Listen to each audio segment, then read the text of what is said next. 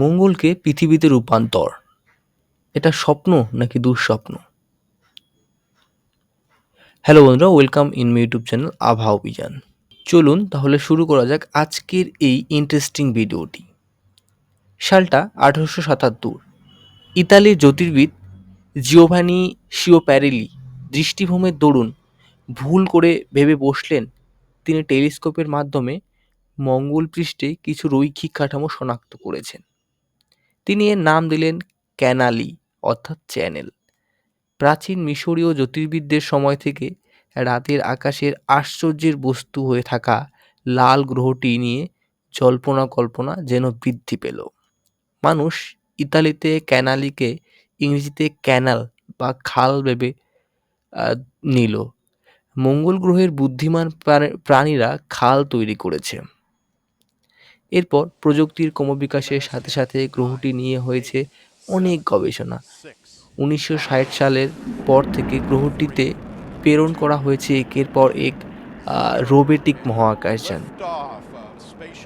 পৃথিবীর কেউ দেখেছেন প্রাণের সম্ভাবনা, কেউ দেখেছেন মানুষের সম্ভাব্য দ্বিতীয় বাসস্থান। সম্প্রতি নাসার প্রেরিত মার্স রোভার কিউরিওসিটি থেকে পাওয়া তথ্য বিশ্লেষণে বেরিয়ে আসে এই শুষ্ক গ্রহে বর্তমানে অণুজীব ব্যতীত অন্য কোনো প্রত্যক্ষ জীবন থাকার সম্ভাবনা নেই। তাই জিয়ে থাকা কৌতূহল এখন পৃথিবীর থেকে 140 মিলিয়ন মাইল গড় দূরত্বে থাকা গ্রহকে বাসযোগ্য করা। মঙ্গল পৃষ্ঠের বায়ুমণ্ডল চাপ পৃথিবীর সমুদ্রতলের বায়ুমণ্ডল চাপের 1/3-ও কম। বসবাসের জন্য নেই প্রয়োজনীয় অক্সিজেন, নেই তরল জলও। আছে বিষাক্ত মাটি, হারানো বায়ুমণ্ডলে আছে প্রচুর কার্বন ডাই অক্সাইড, নাইট্রোজেন এবং আর্গন গ্যাস। এছাড়াও লাল গ্রহটির পৃষ্ঠে বিচ্ছুরিত হওয়া আয়নিত সৌর ও মহাজাগতিক রশ্মি মানুষের সহন ক্ষমতার চেয়েও বেশি। তাহলে প্রশ্ন জাগতেই পারে, আমরা অর্থাৎ মানুষরা কিভাবে মঙ্গলকে বাসযোগ্য করব?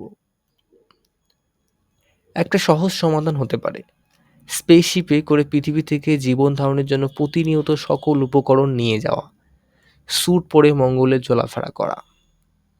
তবে এটা কোনো স্থায়ী সমাধান নয়। যেখানে আমরা পৃথিবীর জলবায়ু পরিবর্তনের কারণে আগামী 100 বছর পরে বসবাসের যোগ্য থাকবে কিনা তা নিয়েই এই শতাব্দীর জাজ্বল্যমান প্রশ্ন। সেখানে আমাদের দরকার স্থায়ী সমাধান। পৃথিবী আমাদের জন্মস্থান, আমরা চাইলে ত্যাগ করতে পারি না। তবে বিজ্ঞানের কলা কৌশল আমাদের বিকল্প খুঁজতে উৎসাহিত করে। তাই তো একবিংশ শতাব্দীর অন্যতম উদ্ভাবক স্পেস এক্স, টেসলা, নিউরোলিঙ্কের প্রতিষ্ঠাতা ধনকুবের প্রকৌশলী ইলন মাস্ক মঙ্গলকে টেরাফর্ম অর্থাৎ বদলে ফেলতে চান। আমরা অনেকেই হয়তো টেরাফার্মিং শব্দটির সাথে আগে থেকেই পরিচিত, অন্ততপক্ষে যারা সায়েন্স ফিকশন গল্প সিনেমায় ভক্ত তারা তো অবশ্যই।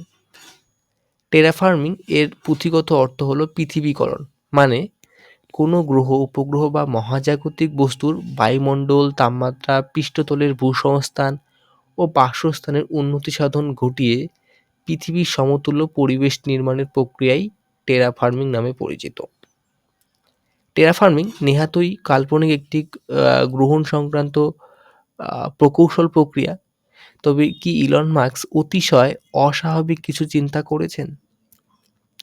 হয়তো, আবার হয়তো নাও হতে পারে। আচ্ছা, বোঝার জন্য তাহলে একটু পিছন ফিরে টেরাফার্মিং ও আমাদের সৌরজগতের বিভিন্ন গ্রহ উপগ্রহ নিয়ে হাইপোথিসিসগুলোর ইতিহাস ঘেঁটে দেখা যাক। আমাদের সৌরজগতের টেরেস্ট্রিয়াল অর্থাৎ পৃথিবী সম্পর্কীয় বা পৃথিবীর মতো বিষয়কে টেরেস্ট্রিয়াল বলা হয়। গ্রহগুলো টেরাফার্মিং এর জন্য সবচেয়ে উপযুক্ত বলে ধারণা করা হয়, কারণ এরা সূর্যের কাছাকাছি অবস্থিত হওয়ায় প্রয়োজনীয় শক্তি শোষণ করতে পারবে। এছাড়া এদের কঠিন ভূপৃষ্ঠ, সিলিকেট এবং অন্যান্য খনিজ সমৃদ্ধ, যা ভবিষ্যতে কোনো উপনিবেশ গোষ্ঠীর খাদ্য তৈরি করা এবং বসতি স্থাপনের জন্য প্রয়োজনীয় হবে। অন্যদিকে জোবিয়ান গ্রহগুলো যেমন বৃহস্পতি, শনি, ইউরেনাস ও নেপচুন মূলত গ্যাসীয় গ্রহ ও সূর্য থেকে অনেক বেশি দূরে, তাই টেরাফার্মিং করা এদের সম্ভব নয়। তো কার্ল সাগান 1961-তে প্রথম শুক্র গ্রহকে পৃথিবীকরণ অর্থাৎ টেরাফর্মিং করা নিয়ে বিজ্ঞানভিত্তিক ধারণা দেওয়ার চেষ্টা করেন। তিনি উষ্ণ গ্রিনহাউস গ্যাস আছে অনুমান করে বলেন, ওই গ্রহের উপর স্তরের বায়ুমণ্ডল বর্ধিত করা যাবে যদি বিশেষ ধরনের জেনেটিক্যাল মডিফাইড শৈবাল শুক্রে ছেড়ে দেওয়া যায়। ফলে সেগুলো কার্বন ডাই অক্সাইডকে বিশ্লেষণ করে অক্সিজেন ছেড়ে দিবে।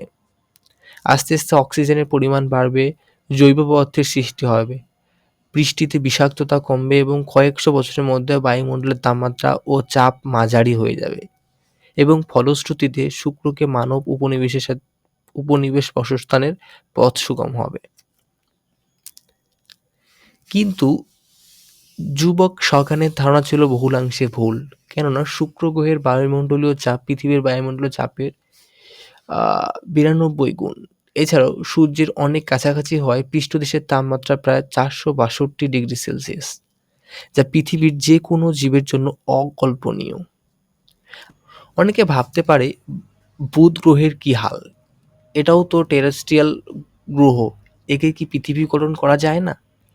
বায়ুহীন বুধ সূর্যের আরও কাছাকাছি গ্রহে প্রদক্ষিণ করে, তাই একে পৃথিবীকরণ করা শুক্রের চেয়েও কঠিন হবে। কেবলমাত্র মঙ্গল গ্রহের কিছু বৈশিষ্ট্য পৃথিবীর কাছাকাছি হওয়ায় একে টেরাফর্মেশন করা সম্ভব বলে ধারণা বিজ্ঞানীদের। মঙ্গল গ্রহের একদিন সমান পৃথিবীতে 24 ঘন্টা 39 মিনিট, যা প্রায় পৃথিবীর একদিনের সমান। এছাড়াও মঙ্গল গ্রহ নিজ অক্ষে 25.19 ডিগ্রি হেলে আছে, যা প্রায় পৃথিবীর সমান। তাই মঙ্গলে পৃথিবীর মতো ঋতু রয়েছে, যদিও মঙ্গলে 1 বছর পৃথিবীর 1.88 বছরের সমান দীর্ঘ। এছাড়া মঙ্গলে রয়েছে পোলার আইস ক্যাপস, যা ইঙ্গিত দেয় সেখানে একসময় পৃথিবীর মতো বায়ুমণ্ডলও ছিল, যা কালের পরিক্রমায় হারিয়ে গেছে। আর এই সাদৃশ্যগুলো থাকার জন্যই মানব বসবাসের বিপক্ষে সকল প্রতিকূলতা থাকা সত্ত্বেও মানুষ স্বপ্ন দেখে মঙ্গলে উপনিবেশ করা নিয়ে। আর তাই প্ল্যানেটারি ইঞ্জিনিয়ারিং অন মার্স নিয়ে একের পর এক মতবাদ দিয়ে যাচ্ছেন জ্যোতির্বিজ্ঞানীরা। মঙ্গলে পৃথিবীর তুলনায় মাত্র 59% আলো পৌঁছে যায়, আর এই গ্রহের তাপমাত্রা -63 ডিগ্রি সেলসিয়াস, যেখানে পৃথিবীর গড় তাপমাত্রা 14 ডিগ্রি সেলসিয়াস। তাই মঙ্গলকে কিছুটা উত্তপ্ত করতে হবে, মঙ্গলের মাটি থেকে বিষাক্ততা দূর করার জন্য ব্যবস্থা করতে হবে। মঙ্গল পৃষ্ঠে কম মাধ্যাকর্ষণ শক্তি মানুষের জন্য ক্ষতিকর কিনা এ নিয়ে ভিন্ন মত রয়েছে, তবে মাইক্রোগ্র্যাভিটি মাংসপেশি হ্রাস এবং হাড়ের ক্ষয়ক্ষতির মতো স্বাস্থ্য সমস্যার কারণ হিসেবে অনেক কিছু সমস্যা দাঁড়াতে পারে, তো এগুলো নিয়ে ভাবতে হবে। তাই সম্ভব হলে কৃত্রিম মহাকাশীয় ত্বরণ সৃষ্টি করতে হবে। সর্বোপরি মানুষের বাঁচার জন্য প্রয়োজনীয় বিশুদ্ধ তরল জলের ব্যবস্থা করতে হবে। এগুলো শুনে মনে হতে পারে মানুষের বর্তমান প্রযুক্তি গিয়ে কি মঙ্গলে পৃথিবীকরণ করা সম্ভব বা মঙ্গলে বসবাস করা সম্ভব? এটি অনেকটাই চিন্তার বিষয়, তবে এখন সঠিক বলাটা খুবই মুশকিল। তবে 2018-তে নাসার একদল গবেষক মত দেন, বর্তমান প্রযুক্তি দিয়ে মঙ্গলকে সম্পূর্ণরূপে টেরাফর্ম করা সম্ভব না, কেননা মঙ্গল পৃষ্ঠে অবরুদ্ধ সকল গ্রিনহাউস গ্যাস মুক্ত করা গেলেও তা পৃথিবীর মাত্র 6.9% হবে, যা মানব বসবাসযোগ্য বায়ুমণ্ডল তৈরি সক্ষম নয়। এরপরও স্পেসএক্সের প্রতিষ্ঠাতা ইলন মাস্ক সহ অনেক জ্যোতির্বিজ্ঞানীরাই মনে করেন অনেকাংশে সম্ভব।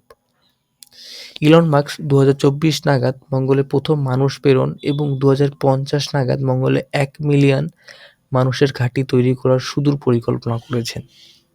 তার নির্দেশে ইতিমধ্যে স্পেসএক্স স্টারশিপ নামক রকেট তৈরি করার কাজ শুরু হয়েছে, যা কিনা একেবারে 100 মেট্রিক টন কার্গো ও 6 মাসের ব্যবধানে পৃথিবী থেকে মঙ্গলে বহন করতে পারবে এবং মঙ্গলে অবতরণ করে আবার উড্ডয়ন করতে সক্ষম হবে। সংক্ষেপে তাদের তৈরি ফ্যালকন 9 রকেটের মতো বারবার বায়ুমণ্ডল প্রবেশ করতে সক্ষম হবে। একসময় কেবল সবচেয়ে শক্তিশালী দেশগুলো মহাকাশ গবেষণা বা বিভিন্ন ইন্টারপ্ল্যানেটারি অভিযান চালাতে পারত। সেখানে এখন একজন মানুষের স্বপ্ন, পরিশ্রম এবং চিন্তাশীলতা বিগত এক যুগে ব্যক্তিগত স্পেস প্রযুক্তিকে নিয়ে গেছে অনন্য উচ্চতায়।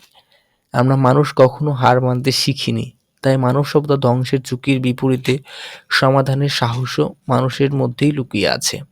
আর তাই তো আমরা যেমন জিও ইঞ্জিনিয়ারিং এর মাধ্যমে পৃথিবীর জলবায়ু পরিবর্তন মোকাবিলার চেষ্টা করেছি, সেই সঙ্গে মানুষের বিকল্প হিসেবে মঙ্গলকে টেরাফর্মিং করার উপায়ও খুঁজে চলেছি।